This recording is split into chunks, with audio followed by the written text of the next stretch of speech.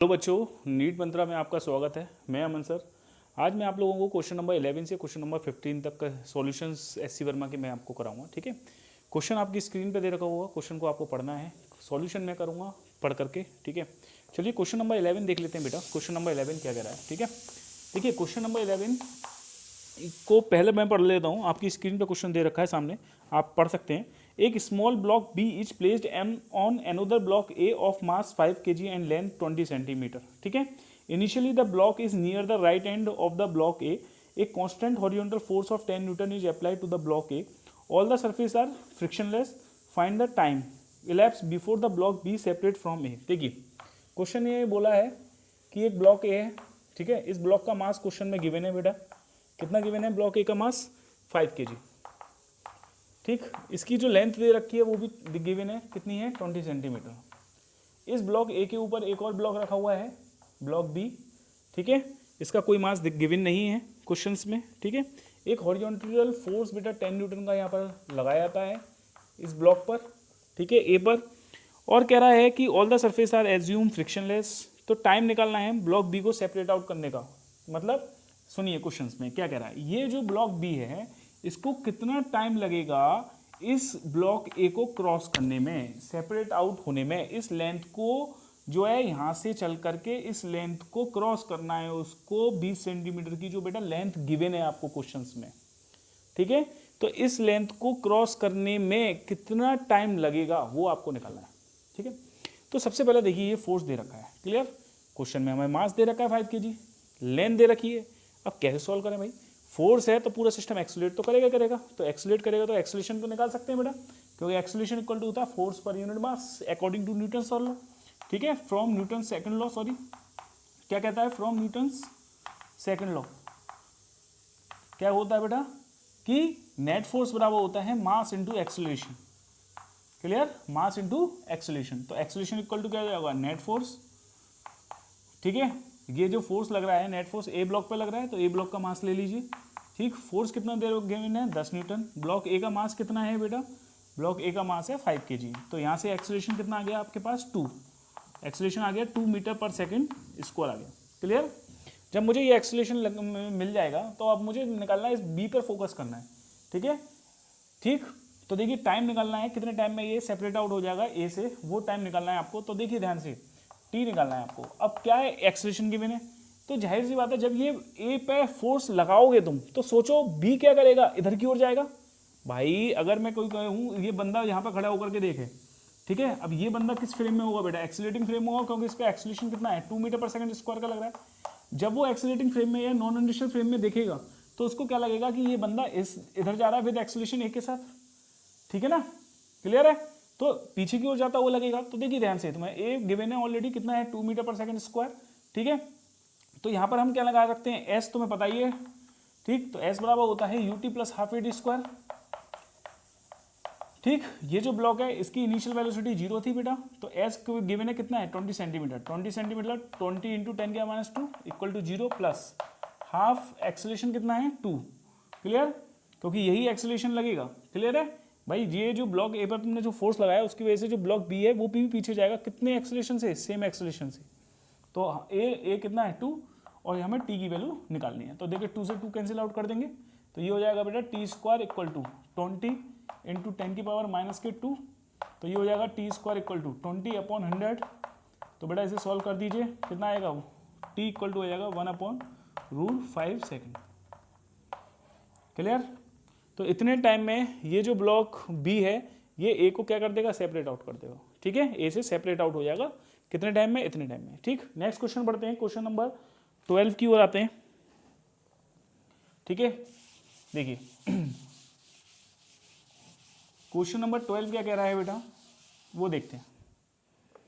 Question number 12 कह रहा है a man has fallen into the depth of width d and two of his friends are slowly pulling him out using a light rope and two fixed pulleys as shown in figure. Show करना है that the force exerted by each friend on the rope increases as the man moves up. Find the force when the man is at a depth h. देखिए यहाँ पर question में क्या given है वो बना लेते हैं बेटा। देखिए एक मैन दे रखा है, ये मैन है कोई, ठीक है, ये मैन है कोई, ठीक है, इस मैन पर एक जो है आप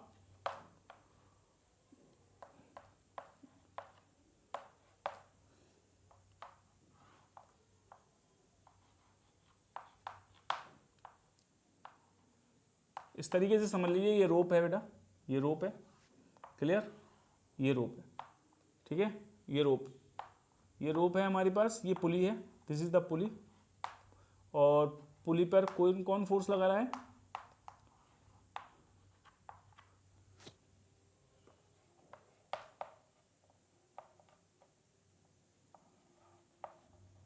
देखिए अब समझिए क्वेश्चंस को। देखिए यहाँ से इसकी ये जो हाइट है, ये कितनी हाइट दे रखी है h, और इनके बीच का सेपरेशन कितना दे रखा है d दे रखा है, क्वेश्चन में गिवन है ऑलरेडी बेटा, ठीक है।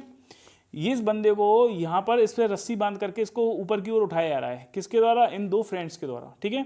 जब ये खींचेंगे तो जाहिर सी बात है इस रस्सी के अंदर बेटा क्या डेवलप हो जाएगा, टेंशन डेवलप हो जाएगा, क्या डेवलप होगा, टेंशन T डेवलप हो जाएगा इस रस्सी के अंदर, ठीक है।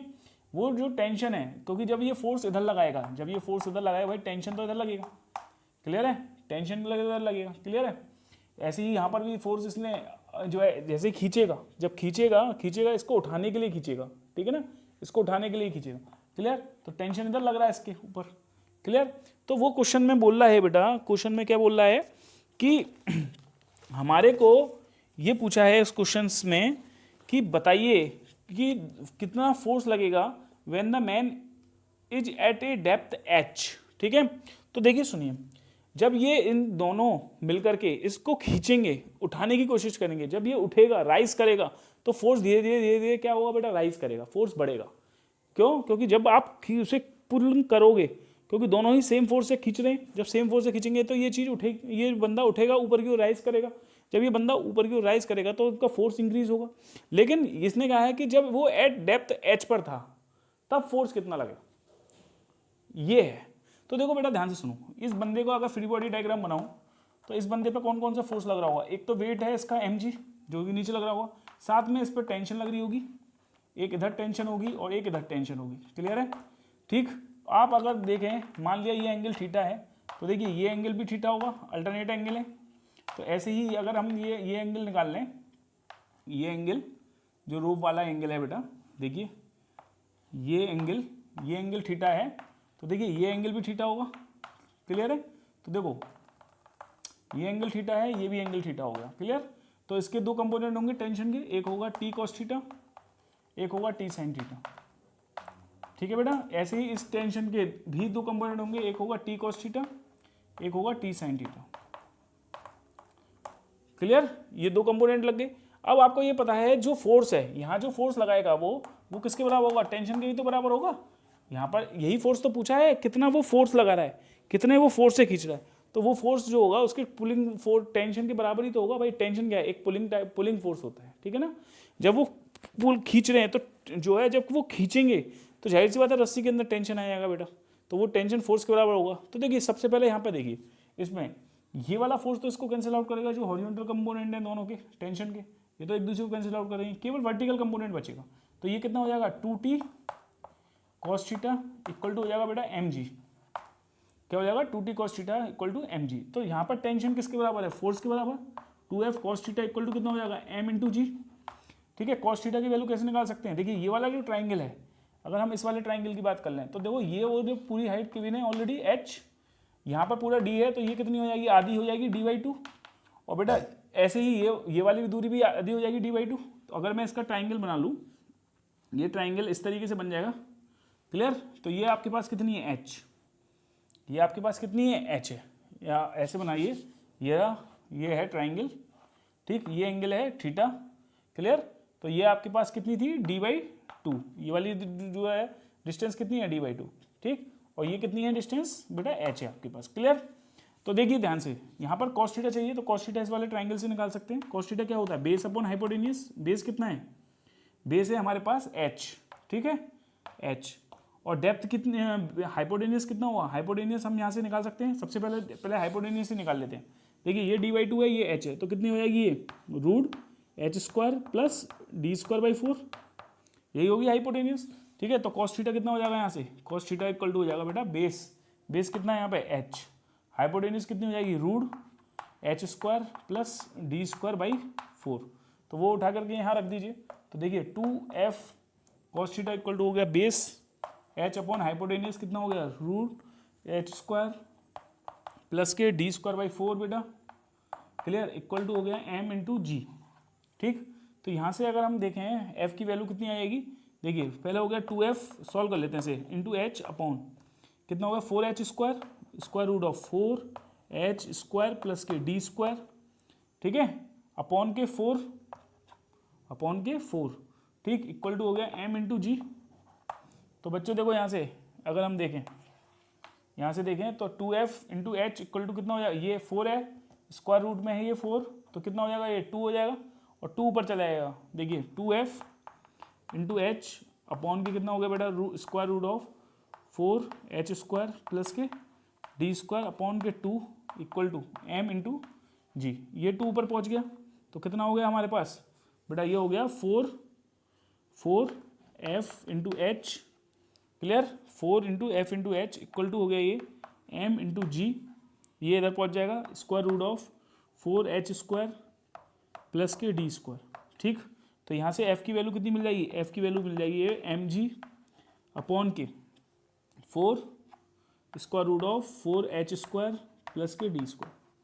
ठीक है, तो ये फोर्स लगेगा जिस फोर्स से वो क्या करेगा, इस बंदे को ऊपर की ओर खींच रहा होगा, क्लियर है, इस फोर्स से खींच रहा होगा। ठीक, तो कहीं ना कहीं ये फोर्स जो है किस पे डिपेंड कर रहा है बेटा, एच पे डिपेंड कर रहा है ना, एच भी आएगा यहाँ पे, हाँ ये फोर्स डिपेंड कर रहा है एच। ठीक, जैसे जैसे ये राइज करेगा उठेगा तो वैसे वैसे फिर क्या होगा, फोर्स हमारा उसी हिसाब से एडजस्ट होगा, क्लियर है, फोर्स उसी हिसाब से क्या होगा बढ़ेगा, जैसे जैसे एच बढ़ेगा वैसे वैसे फोर्स भी क्या होगा, जैसे जैसे ऊपर की ओर राइज करेगा उठेगा तो वैसे वैसे फोर्स भी क्या होगा बेटा बढ़ेगा, क्लियर है। तो ये क्वेश्चन है, बहुत ही बढ़िया क्वेश्चन दे रखा था, ठीक है, आप इसको नोट कर सकते हैं। ठीक है, चलिए नेक्स्ट क्वेश्चन देखते हैं। देखिए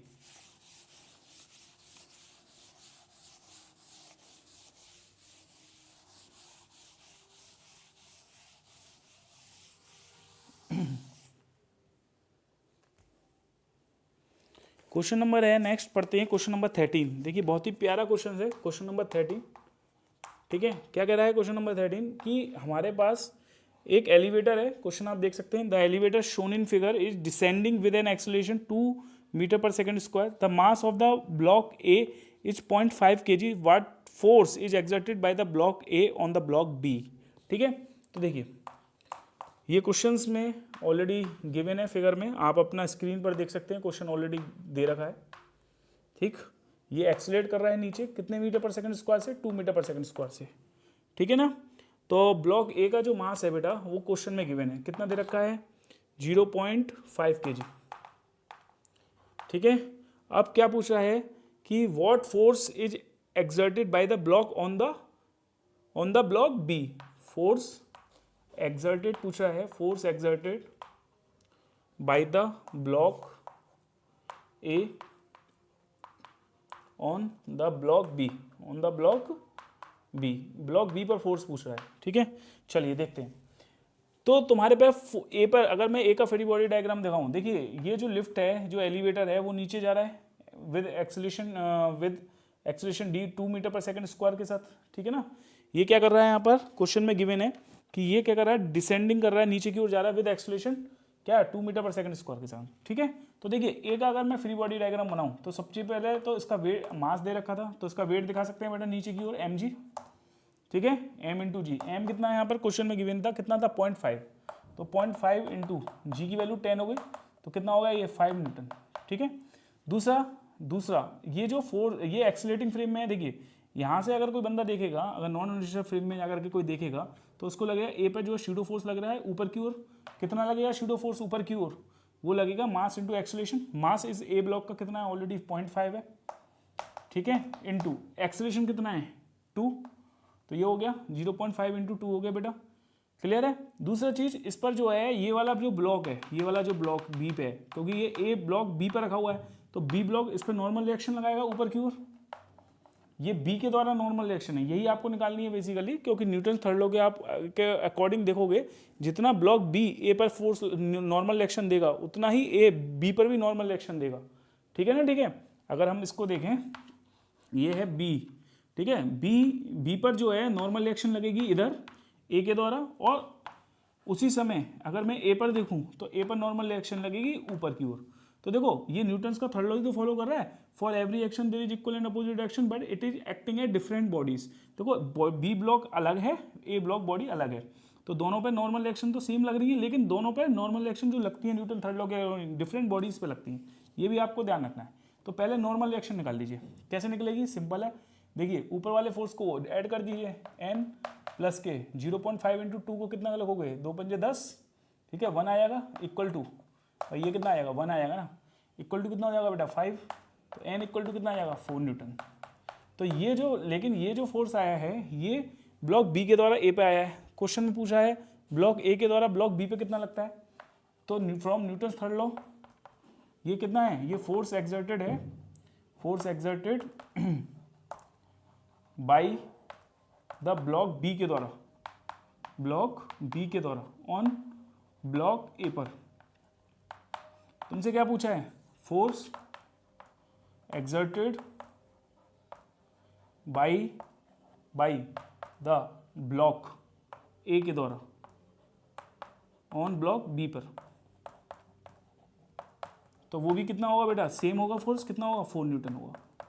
क्लियर है, यही नॉर्मल रिएक्शन देगा बेटा पीछे की ओर, यही 4 न्यूटन होगा, यही क्वेश्चन पूछ रहा था आपसे, ठीक है।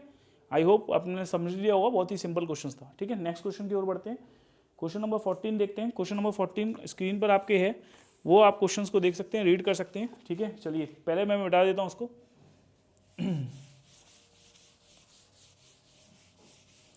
बहुत ही इजी क्वेश्चंस होते हैं बेटा, बस थोड़ा सा आपको दिमाग लगाना है, ठीक है। कभी भी याद रखिए स्यूडो फोर्स लगाना है तो एक्सीलरेटिंग फ्रेम जहाँ भी दे रखा हो उस एक्सीलरेशन के अपोजिट डायरेक्शन में फोर्स लगा दो, बस दैट्स इट, ठीक है। ये सबसे अच्छी पहचान है। क्वेश्चन नंबर 14 देखिए, बहुत ही बढ़िया क्वेश्चन दे रखा है। क्वेश्चन कह रहा है एक pendulum bob of mass 50 gram is suspended from the ceiling of an elevator, find the tension in the string if the elevator goes up with acceleration 1.2 metre per second square, ठीक है। Tension निकालनी है अलग अलग cases में, ठीक है। तो पहला केस जो दे रखा है उसी को पहले बना लेते हैं, ठीक है। क्वेश्चन आपकी स्क्रीन पर देख सकते हैं, देखिए ये हमारे पास क्या है, एक एलिवेटर है, ठीक है, एक पेंडुलम बॉब इसमें लटकाया गया है, ठीक है, जिसका मास दे रखा है 50 ग्राम। कितना मास दे रखा है बेटा, 50 ग्राम। 50 ग्राम का मतलब कितना हो गया, 50/1000, ठीक है। यही कन्वर्ट कर लेते हैं सीधे, 0 से 0, 5 एकम वाई, ये 20, 1/20 kg, ठीक है, ये मास दे रखा है, ठीक। और जो है टेंशन निकालनी है स्ट्रिंग में, जाहिर सी बात है इसका वेट होगा तो इसमें टेंशन तो जरूर होनी है, ठीक है ना बेटा। और ये जो लिफ्ट है वो ऊपर जा रही है, गोज अप कर रही है, पहला पार्ट है, फर्स्ट पार्ट है, lift goes up, elevator goes up with acceleration कितना, with acceleration 1.2 metre per second square से एक्सेलरेट कर रहा है, ठीक है ना। तो बताइए टेंशन कितनी होगी, तो देखिए ध्यान से समझिए, ठीक है। जब ये लिफ्ट ऊपर की ओर एक्सेलरेट कर रही है, ठीक है, कितने एक्सेलरेशन से, 1.2 मीटर पर सेकंड स्क्वायर के एक्सेलरेशन से, ठीक। तो देखिए मैंने क्या बताया था, इसका फ्री बॉडी डायग्राम बनाएं। अगर इस पर एक तो फोर्स लगा हुआ है, इस पर mg वेट लगेगा, ठीक है। mg कितना होगा बेटा, यहाँ पे m कितना है 1/20 इंटू जी की वैल्यू कितनी है 10, ठीक। दूसरा इस पर टेंशन लग गई ऊपर की ओर t, मैंने बताया था एक्सेलरेशन अगर अपवर्ड है तो इस पर स्यूडो फोर्स जो है नीचे की ओर डायरेक्शन में लगा दो चुपचाप से, कितना हो जाएगा m इंटू ए, m कितना था ऑलरेडी 1/20, और इसका एक्सेलरेशन कितना है भाई, एक्सेलरेशन कितना है ऑलरेडी 1.2 है, क्लियर है। ये स्यूडो फोर्स हो गया m इंटू ए, ये m है बेटा और ये a है, ध्यान रखना, ये स्यूडो फोर्स लगाया मैंने ma, ठीक है। तो देखिए t बराबर क्या हो जाएगा, टेंशन t इक्वल टू हो जाएगा नीचे वाला फोर्स कितना है mg प्लस के ma, यही तो होगा। mg कितना था 1/20 इंटू 10 प्लस m कितना था ma 1/20 इंटू एक्सेलरेशन कितना था 1.2, ठीक है। सॉल्व कर लीजिए, पॉइंट हटा दीजिए, चलिए 0 लगा लीजिए यहाँ पे, ठीक है। सिंपली है 0 से 0 कट गया, 1/2 प्लस के, यहाँ से आप कैंसिल आउट भी कर सकते हैं इसको, 2 1 10, 2 6 12, तो 6/100 आ गया ये, ठीक है। सॉल्व कर लीजिए इसको, ठीक है। ये आ गया 1/2 को लिख सकता हूँ मैं 0.5 प्लस इसको लिख सकता हूँ मैं 0.06, तो अगर हम इसको टेंशन को देखें तो टेंशन आएगी 0.5 और 0.06 ऐड कर दीजिए, कितना आ गया 0.56 आ गया। तो 0.56 न्यूटन की टेंशन लगेगी, ठीक है ना, जब लिफ्ट एक्सीलरेट करेगी या एलिवेटर एक्सीलरेट करेगा with acceleration 1.2 metre per second square के साथ, ठीक है। चलिए नेक्स्ट क्वेश्चन में नेक्स्ट पार्ट पढ़ लेते हैं। नेक्स्ट पार्ट क्या कह रहा है, ठीक है, इसे नोट कर लीजिए। देखिए नेक्स्ट पार्ट में कह रहा है बेटा कि वो goes up with D acceleration, मतलब ऊपर जा रहा है विद डी एक्सेलरेशन, मतलब नेगेटिव लगा लो, डी एक्सेलरेट कर रहा है माइनस के 1.2 मीटर पर सेकंड स्क्वायर के साथ, ठीक है, इतने, ठीक। वो उसका मास तो आपको पता ही था, मैंने कन्वर्ट करके बता भी दिया था, 1/20 kg आया था मास, क्योंकि मास में 50 ग्राम दे रखा था, तो 50/1000 हमने कर दिया था बेटा, ठीक है। और करने के बाद कितना आ गया था, ये 1/20 kg आ गया था, ठीक है, ये ध्यान रखना है, ठीक। अच्छा अब क्या पूछा है उसमें, वही फिर से टेंशन ही पूछा है स्ट्रिंग्स में, तो टेंशन हम इजीली निकाल सकते हैं, ठीक है। टेंशन कैसे निकलेगा, फ्री बॉडी डायग्राम बना लीजिए इसका। देखिए एक तो वेट लगेगा इसका नीचे की ओर mg, वेट लगेगा mg, ठीक है, तो हो गया वही 1/20 × 10, ठीक है। इस पर टेंशन लग रही है बेटा ऊपर की ओर, क्लियर है, एक्सीलरेशन ऊपर की ओर है, ध्यान रखना, भले डी एक्सीलरेशन है कोई दिक्कत नहीं है, सूडो फोर्स लगा दो नीचे चुपचाप से, ठीक है, माइनस के m × a हो जाएगा भाई, m × माइनस a होगा ना, m कितना है ऑलरेडी गिवन है 1/20 × माइनस a की वैल्यू कितनी है 1.2 है, कोई प्रॉब्लम वाली बात नहीं है, सीधे हो जाएगा। देखो t बराबर क्या हो जाएगा, t बराबर होगा mg, जो ऊपर वाला फोर्स है ये किसका होगा mg, ठीक है, प्लस m × माइनस ए, अरे यही तो था भाई, ये एक्सीलरेशन नेगेटिव ही तो है, ठीक है, तो सूडो फोर्स लगेगा इस पर, तो अपोजिट डायरेक्शन में लगेगा, m × माइनस ए ही तो होगा, ये एक्सीलरेशन नेगेटिव है इसलिए माइनस ए लगा दिया है, ए की वैल्यू रख दी है 1.2, ठीक है बेटा, सिंपली तो ये हो जाएगा mg माइनस के ma, यही तो टेंशन आई, तो बेटा टेंशन इक्वल टू m की वैल्यू कितनी है 1/20, g की वैल्यू कितनी है 10, माइनस के m की वैल्यू कितनी है वही 1/20 है ना, एक्सीलरेशन की वैल्यू कितनी है मेरे भाई, एक्सीलरेशन की वैल्यू वही दे रखी है 1.2, तो चलो सॉल्व कर लेते हैं इसको, कितना है 0 से 0 कट गया, तो ये हो गया 0.5 माइनस के पॉइंट हटा लो, नीचे 10 लगाओ, 2 से काट दो, 2 छिक्के 2 6 12 और ये हो गया 10, तो ये आ गया 6/100, तो ये मेरे भाई आ गया 0.5 माइनस के 0.06, तो सॉल्व कर लेते हैं इसे, 0.50.06 कितना आ गया, 10 में से 6 गए 4 बचे, 1 5 में से 1 गया 4 0.44, तो टेंशन आ गई 0.44 न्यूटन आ गई, ठीक है, ठीक, क्लियर। चलिए ठीक है, नोट कर लीजिए इसको। नेक्स्ट देखिए नेक्स्ट पार्ट क्या कह रहा है, नेक्स्ट पार्ट देखते हैं क्या कह रहा है, देखिए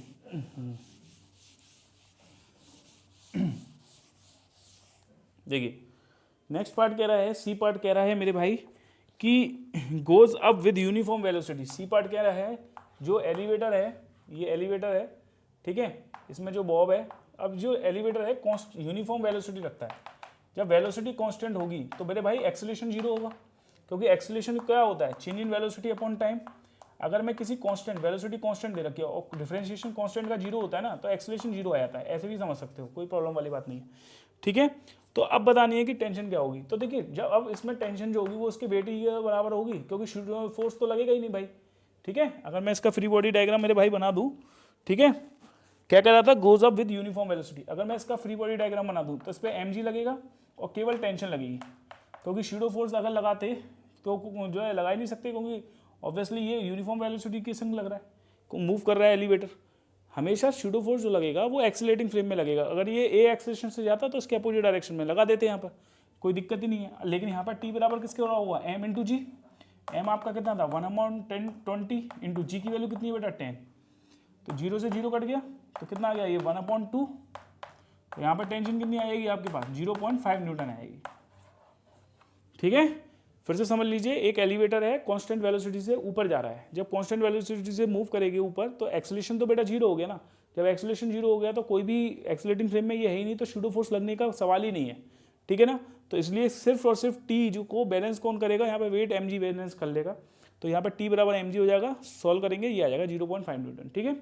चलिए नेक्स्ट कुछ पार्ट देख लेते हैं इसका, नेक्स्ट पार्ट देख लेते हैं इस पर क्या कह रहा है नेक्स्ट पार्ट बेटा।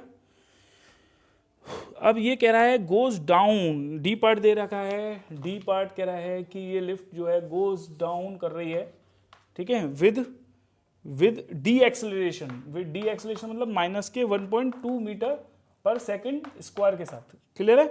तब बताइए टेंशन क्या होगा, ठीक है, टेंशन क्या होगा ये आपको बताना है, ठीक है। तो देखिए जब एलिवेटर नीचे की ओर डाउन कर रहा है डी एक्सेलरेशन के साथ, तो वही करिए, इसका फ्री बॉडी डायग्राम बनाइए। सबसे पहले वेट mg दिखा दीजिए, इस पर टेंशन दिखाइए T, ठीक है। अब A नीचे की ओर है तो इस पर सूडो फोर्स ऊपर लगेगा m इंटू ए, यहाँ पर हो जाएगा m इंटू माइनस ए हो जाएगा, कोई प्रॉब्लम। तो फ्री बॉडी डायग्राम बनाई दी हमने, तो इसके अकॉर्डिंग क्या आएगा, T माइनस के, T प्लस लगाओ, चलो m into minus A equal to किसके बराबर होगा, mg के, ठीक है बेटा। तो T माइनस के m into A equal to हो गया m इंटू जी, ठीक। तो यहाँ पर T बराबर क्या आ जाएगा, ये वो आ जाएगा M A plus M G, ठीक है बेटा। T बराबर हो जाएगा M A plus M G. अब तुम कहोगे सर ऐसे कैसे, देखो सुनो, अगर हम यहाँ पे वैल्यू लगा लें जिससे कि आप लोगों को भी कंफ्यूज नहीं होगा, नहीं तो आप ये कहोगे अरे सर यहाँ पे एक्सेलरेशन हमने चूंकि यहाँ पे नेगेटिव लिया है, तो नेगेटिव ले चुके हैं ऑलरेडी पहले, ठीक है। तुम पहले यहाँ पर ही कन्फ्यूज हो जाओगे, यहीं पर लिख लेते हैं T प्लस मास की वैल्यू कितनी थी 1/20 इंटू एक्सेलरेशन बेटा कितना दे रखा है, एक्सेलरेशन आपको क्वेश्चन में माइनस तो लगाना ही है, ए की वैल्यू कितनी दे रखी है 1.2 दे रखी है, ठीक है। एम की वैल्यू कितनी दे रखी है 1/20, जी की वैल्यू कितनी होती है 10 होती है, ठीक है। तो देखिए टी बराबर हो जाएगा, ये जब ये इधर जाएगा ये प्लस माइनस माइनस हो गया बेटा, और ये माइनस इधर जाएगा तो पॉजिटिव हो जाएगा, 0 से 0 काट दो, तो ये हो गया 1/2 प्लस 1.2/20, ठीक है। पॉइंट हटा दीजिए, नीचे 0 लगा दीजिए, काट दिए, 2 छिक्के बार है, ये हो गया 100 बार, तो कितना आ गया ये, देखो वही आ गया 0.5 प्लस 0.06। तो सॉल्व कर लीजिए, 0.5 में 0.06 ऐड कर दीजिए, कितना आ जाएगा 56 आ जाएगा, तो 0.56 न्यूटन आ जाएगी क्या, टेंशन, क्या आ जाएगी बेटा, टेंशन 0.56 न्यूटन टेंशन मिल जाएगी, ठीक है। नेक्स्ट पार्ट देखते हैं, ई पार्ट क्या कह रहा है वो देखिए, नोट कर लीजिए इसको, बहुत ही आसान क्वेश्चन है मेरे भाई, ठीक है, इतने आसान क्वेश्चंस हैं, बस एक बार समझना है, कंसेप्ट दिमाग में घुसना है, उसके बाद तो आराम से मक्खन की तरह से क्वेश्चंस हो जाएंगे, ठीक है ना। चलिए नेक्स्ट क्वेश्चन देखते हैं मेरे भाई। क्वेश्चंस बोलता है कि goes down with uniform velocity. अब ये गोज डाउन हो रही है यूनिफॉर्म वेलोसिटी से, नीचे आ रही है। अबे भाई तू नीचे ले जा, ऊपर ले जा, यूनिफॉर्म वेलोसिटी तो ले जा रहा है, एक्सेलरेशन तो वैल्यू 0 होनी है, ठीक है। एक्सेलरेशन की वैल्यू क्या हो जाएगी 0, तो जब एक्सेलरेशन की वैल्यू भाई 0 हो गई, तो यहाँ पे तो T बराबर क्या होगा mg। अगर मैं इसको देखूँ तो इसका वेट लग रहा है नीचे भाई mg, और टेंशन लग रहा है T, तो T बराबर किसके हो जाएगा मेरे भाई mg, ठीक है। तो T बराबर m की वैल्यू क्वेश्चन में गिवन थी ऑलरेडी 1/20, g की वैल्यू कितनी है 10 से 0 से 0 कट गया मेरे भाई, टेंशन आ गई 0.5 न्यूटन, ठीक है। तो ये क्वेश्चन कंप्लीट हो गया मेरे भाई, बहुत ही बढ़िया क्वेश्चन था, इससे काफ़ी कुछ सीखने को मिला आपको, ठीक है। चलिए नेक्स्ट पढ़ते हैं, क्वेश्चन नंबर 15 की है, स्क्रीन पे क्वेश्चन फिर से आपके हाजिर हो जाएगा, ठीक है। क्वेश्चन नंबर 15, चलिए देखिए क्वेश्चन नंबर 15 बढ़िया क्वेश्चन है बेटे, ठीक है ना। क्वेश्चन नंबर 15 क्या कह रहा है देखते हैं, देखिए क्वेश्चन नंबर 15 कह रहा है एक person standing on A weighing machine placed on the floor of the elevator. एक एलिवेटर है बेटा, इस एलिवेटर पे एक वेइंग मशीन है जिससे अपने वजन को तोलते हो, चेक करते हो हम कितने मोटे हो रहे हैं खा पी के, ठीक है। चलिए है ना, एक बंदा इस वेइंग मशीन के ऊपर खड़ा हुआ है, कह रहा है the elevator start going up with some acceleration, move with uniform velocity and finally de accelerate हो जाती है to stop. The maximum and minimum weight record किया गया 72 kg एंड 60 kg, ठीक है। Assume the magnitude of acceleration, de acceleration are same, true weight निकालना है person का, क्या होगा मैग्नीट्यूड ऑफ एक्सेलरेशन पूछा है, ये सारी चीज़ें पूछी हैं आपसे, ठीक है। जो क्वेश्चन में थोड़ा थोड़ा गिवन है वो लिख लेते हैं, ठीक। क्या पूछे, क्या गिवन है, maximum weight, maximum weight question में कह रहा है बेटा मैक्सिमम वेट कितना है, मैक्सिमम वेट कह रहा है 72 kg है। चलिए मिनिमम वेट कितना कह रहा है, मिनिमम वेट जो रिकॉर्ड किया गया है वो कितना है 60 kg रिकॉर्ड किया गया है, क्लियर है भाई, ठीक। चलिए ट्रू वेट पूछा है आपसे, ट्रू वेट और एक्सेलरेशन पूछे, क्या पूछा है, ट्रू वेट निकालना है, ट्रू वेट और एक्सेलरेशन पूछा है, क्लियर है। चलिए एक बंदा वेइंग मशीन पे खड़ा हुआ है, क्या है, बंदा वेइंग मशीन पे खड़ा हुआ है, और जो ये एलिवेटर है ये बड़ी शरारती एलिवेटर है, क्योंकि ये क्या कर रही है, पहले एक्सीलरेट कर रही है, फिर कांस्टेंट वेलोसिटी से चलती है, फिर डी एक्सीलरेट भी करती है, अपने एक्सीलरेशन को डी एक्सीलरेट करती है, ठीक है। तो ये तीन चीज़ कर रही है ये लिफ्ट, चलते चलते क्या कर रही है, ऊपर एक्सीलरेट कर रही है, फिर कांस्टेंट वेलोसिटी रखती है, फिर क्या कर देती है, अपने आप की स्पीड को घटा लेती होगी, डी एक्सीलरेट हो रही है, सही है। तो देखो ये तीनों चीज़ें कर रही है, तो समझो सबसे पहले, ठीक है, पहले ये देखो, ये वेइंग मशीन है तुम्हारी, वेइंग मशीन। वेइंग मशीन क्या करती है, हमारे पास ट्रू वेट नहीं नापती, वेइंग मशीन हमेशा एपरेंट वेट को नापेगी। अगर तुम एलिवेटर के अंदर खड़े हुए हो, अगर अगर अगर अगर तुम अब सपोज कर लो अर्थ के सरफेस पे हो और अर्थ है इजीली, तो वहाँ पर अपना वेट नापते हो, तो तुम्हारा जो वेइंग मशीन वेट तोलती है वो आपका एक्चुअल वेट होगा। क्यों? क्योंकि वहाँ पे जो है सराउंडिंग में जो हमारे पास ग्रेविटी है, एक्सीलरेशन ड्यू टू ग्रेविटी की जी की वैल्यू सेम होती है, ठीक है, अर्थ के सरफेस पर, ठीक है। तो देखो वेइंग मशीन जब तोलेगी, जब तुम सरफेस पे खड़े हुए हो सिंपली, तो वहाँ पर तो केवल और केवल तुम्हारा वेट ही तो होगा नीचे की ओर mg। और देखो ये जो है ये तुम क्योंकि वेइंग मशीन पे खड़े हो तो ये नॉर्मल रिएक्शन भी तो लगाएगा, क्योंकि देखो नॉर्मल रिएक्शन वहाँ लगती है जिस डायरेक्शन में तुम मूव नहीं कर सकते, या कह सकते हो सपोर्ट रिएक्शंस होती है, ये एक पुशिंग फोर्स होता है, ठीक है। जैसे तुम नीचे नहीं जा सकते तो वेइंग मशीन क्या करेगी, ठीक है, क्यों नहीं जा रहे, क्योंकि तुम्हारा जो वेट है ना वो नॉर्मल रिएक्शन के बराबर है, ठीक है। तो ये वेट जो होगा नॉर्मल रिएक्शन के मेरे भाई बराबर होगा, ठीक है। तो नॉर्मल रिएक्शन वेट के बराबर हो जाएगी, ठीक। तो तुम्हें जो वेट देगी ये उस समय, तो एक्चुअल वेट दे देगी, ट्रू वेट दे देगी। लेकिन यहाँ पे एन जो है वो एन, ध्यान रखना, हम एन से निकाल रहे हैं, वो एन फाइंड आउट करना है। वो एन निकाल करके कहोगे कि ये अगर, क्योंकि इस अर्थ के सरफेस पर तुम चेक कर रहे हो तो वहाँ पर जो एपरेंट वेट है, ये एपरेंट वेट शो करेगा मेरे भाई। एन जो है, जो नॉर्मल रिएक्शन निकालोगे वो एपरेंट वेट शो करेगी। बात ये समझो, एपरेंट वेट एन देगी। यहाँ एपरेंट वेट किसके बराबर है, एक्चुअल वेट के बराबर है, क्योंकि यहाँ पर जो अर्थ के सरफेस पर, क्योंकि तुम रुके हुए हो, कोई प्रॉब्लम वाली बात नहीं है। ये एपरेंट वेट किसके बराबर होगा, एक्चुअल वेट के बराबर होगा, ठीक है, ये ध्यान रखना है, ठीक। लेकिन अगर हम देखें, अब ये क्वेश्चन में कह रहा है ना, पहले लिफ्ट एक्सीलरेट कर रही है ऊपर, तो लिफ्ट एक्सीलरेट कर रही है, पहला केस देखते हैं, सबसे पहला केस देखते हैं, जब लिफ्ट ए एक्सीलरेट कर रही है विद एक्सीलरेशन ए के साथ। तो इसका फ्री बॉडी डायग्राम बनाओ, चलो ठीक है। फ्री बॉडी डायग्राम इस बंदे का बनाओगे तो इस बंदे पे क्या क्या लगेगा, एक वेट लगेगा mg, एक वेट लगेगा mg, प्लस इस पर एक नॉर्मल रिएक्शन लगेगी ऊपर की ओर, ठीक है। शूडो फोर्स ऊपर लग रहा है, वो एक्सीलरेट ऊपर एक्सीलरेट कर रहा है, ठीक है। तो तुम्हें शूडो फोर्स किधर लगाना, नीचे m/a, क्लियर। तो नॉर्मल रिएक्शन किसके बराबर आ जाएगी, नॉर्मल रिएक्शन बराबर आ जाएगी ma प्लस mg, ठीक है, क्लियर। अब देखो ये जो एपरेंट वेट है, ये एपरेंट वेट आपका कैसा होगा, आपका मैक्सिमम वेट देगा भाई, मैक्सिमम वेट ही तो देगा। क्यों? क्योंकि यहाँ पर देख रहे हो दोनों आपस में जुड़ गए हैं, तो ये एपरेंट वेट मैक्सिमम वेट देगा। तो मैक्सिमम वेट कितना नापा है, 72 kg। अब चूंकि ये वेट है, वेट न्यूटन में इसकी यूनिट होती है, मास इंटू एक्सीलरेशन करोगे इसकी यूनिट क्या आती है, न्यूटन, और यहाँ पे 72 kg दे रखा है, ठीक।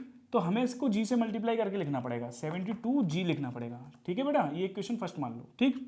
अब दोबारा में क्या कह रहा है, ये कांस्टेंट वेलोसिटी से चल रहा है। जब कांस्टेंट वेलोसिटी चलेगा तो उस समय एक्सीलरेशन जीरो हो जाएगा भाई। ये जो है एलिवेटर, ध्यान रखो, एलिवेटर कांस्टेंट वेलोसिटी से चल रही है। जब कांस्टेंट वेलोसिटी से एलिवेटर चलेगी, ठीक है, तो एक्सीलरेशन क्या हो जाएगा, जीरो। तो वेट mg बराबर जो होगा वो नॉर्मल रिएक्शन के बराबर हो जाएगा। अभी बताया ये n = mg हो जाएगा, तो उस समय वो क्या देगा, ट्रू वेट देगा। कोई प्रॉब्लम, कोई दिक्कत नहीं है, ठीक है। ये हमने इससे पता कर लिया। अब तीसरी चीज़, फिर लिफ्ट चलते चलते डी एक्सीलरेट हो रही है। जब डी एक्सीलरेट करेगी लिफ्ट, तो देखो क्या करेगी उस समय, ये एक्सीलरेट कर रहा था, अब क्या करेगी, डी एक्सीलरेट करेगी। जब लिफ्ट नीचे की ओर जाएगी, डी एक्सीलरेट करेगी, तो उस समय इसका फ्री बॉडी डायग्राम मैं भाई बनाऊं तो वेट mg हो गया, और नीचे डी एक्सीलरेट कर रही है विद एक्सीलरेशन ए के साथ, ठीक। तो इस पर नॉर्मल रिएक्शन किधर लगेगी, ऊपर की ओर लगेगी, क्लियर है, ठीक है। और नॉर्मल रिएक्शन तो ऊपर ही लगेगी, शूडो फोर्स किधर लगेगा, ऊपर लगेगा, क्योंकि एक्सीलरेटिंग फ्रेम में जाहिर सी बात है एक्सीलरेशन के अपोजिट लगता है, ठीक है। तो m/a हो जाएगा, तो यहाँ आ जाएगा n + ma इक्वल टू हो जाएगा बेटा mg। तो यहाँ से n इक्वल टू क्या आ जाएगा, mg - ma, ठीक है। ये आपका जो वेट वेइंग मशीन तोलेगी, नापेगी तुम्हारा वेट, वो एपरेंट वेट होगा। वो एपरेंट वेट मिनिमम नापेगी, क्योंकि यहाँ पे mg में से ma घट रहा है, तो यहाँ पे जो होगा ये एपरेंट वेट नापेगी, और वो भी मिनिमम नापेगी। और वो मिनिमम वेट कितना नापेगी, 60 kg। 60 को 60 × g से मल्टीप्लाई कर सकते हैं, क्वेश्चन में गिवन है 60 × g हो गया। तो ये इक्वेशन बेटा सेकंड हो गई।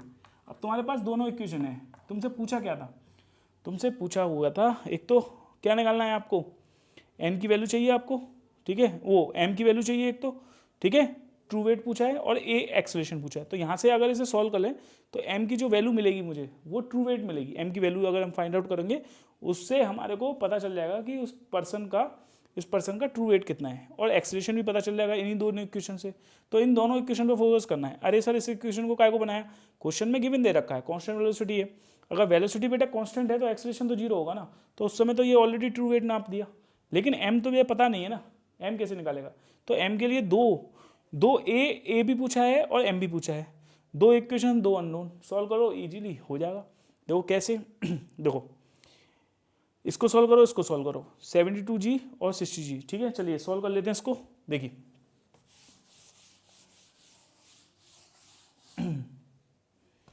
यहां पर देखिए from equation first and second से क्या है, M A plus M G equal to कितना हो गया बेटा 72G, और एक दे रखा है आपको पास कितना एम जी भाई, एम जी माइनस के एम ए, या पहले इसको M G plus M A लिख लो, है ना, M G plus M A लिख लो, कोई प्रॉब्लम नहीं है।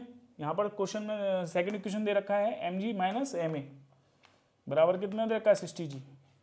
चलिए सॉल्व कर लेते हैं इसको, इससे कैंसिल आउट हो गया, ये हो गया 2mg इक्वल टू हो गया कितना 2, और ये हो गया 13, 113 2G हो गया।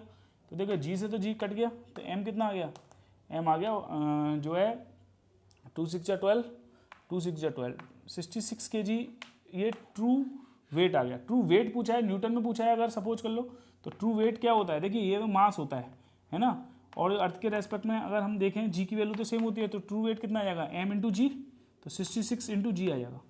जी की वैल्यू अगर तुम्हें पता है 10 से मल्टीप्लाई कर दो तो 616 न्यूटन आ जाएगा ट्रू वेट, ठीक है।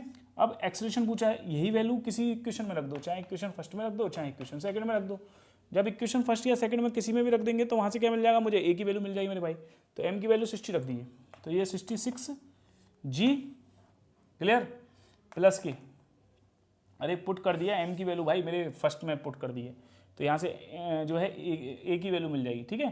तो देखो बेटा क्या थी पहली इक्वेशन, चलो M G plus M A बराबर कितनी थी 72G, ठीक है। एम की वैल्यू कितनी है 66G प्लस की, एम की वैल्यू कितनी है 66A इक्वल टू 72G, ठीक है। तो ये हो गया 66A इक्वल टू 72 में से 66 गया, कितने बचेंगे 6G, ठीक है बेटा। तो ए की वैल्यू कितनी आएगी यहाँ से, ए की वैल्यू आ जाएगी 6G अपॉन 66, तो ये कितना आ गया 11, तो G अपॉन 11 आएगा, ठीक है। तो ये क्वेश्चंस भी बहुत ही ईजी था, ऐसा कुछ नहीं है हार्ड, बस तुम्हें फ्री बॉडी डायग्राम इसके बनाने आने चाहिए बेटा, बहुत ही ईजी है। बस याद रखिएगा कभी भी एक्सेलरेशन दे रखा हो तो याद रखना शूडो फोर्स उसके बिल्कुल जस्ट अपोजिट में लगा दो m इंटू ए, ठीक है। चलिए thank you for watching my videos, ठीक है। इसी तरीके से आप लोगों के लिए मैं वीडियो बनाता रहूँगा, मेरे को बहुत प्यार आप लोगों की तरफ से मिल रहा है मेरे भाई। बस कोशिश है मेरे चैनल से आप जुड़े रहिए, ठीक है, और चैनल को सब्सक्राइब करना ना भूलें मेरे भाई, ठीक है। Thank you very much for watching my videos, thanks, bye Aman sir.